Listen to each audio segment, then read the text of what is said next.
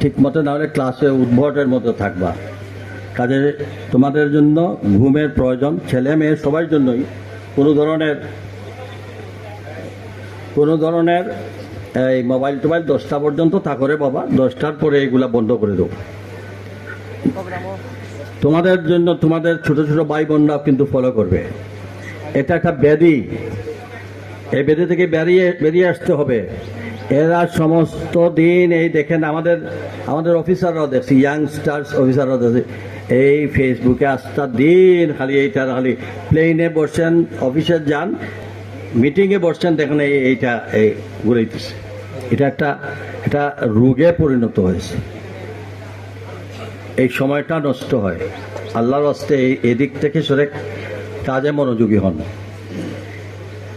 আমার দুঃখ লাগে, সিলেট পলিটেকনিক্যাল ইনস্টিটিউট অনেক প্রাচীনতম এক প্রতিষ্ঠান, কিন্তু আমার মনে হয় এখানের অভিভাবকহীন অবস্থা।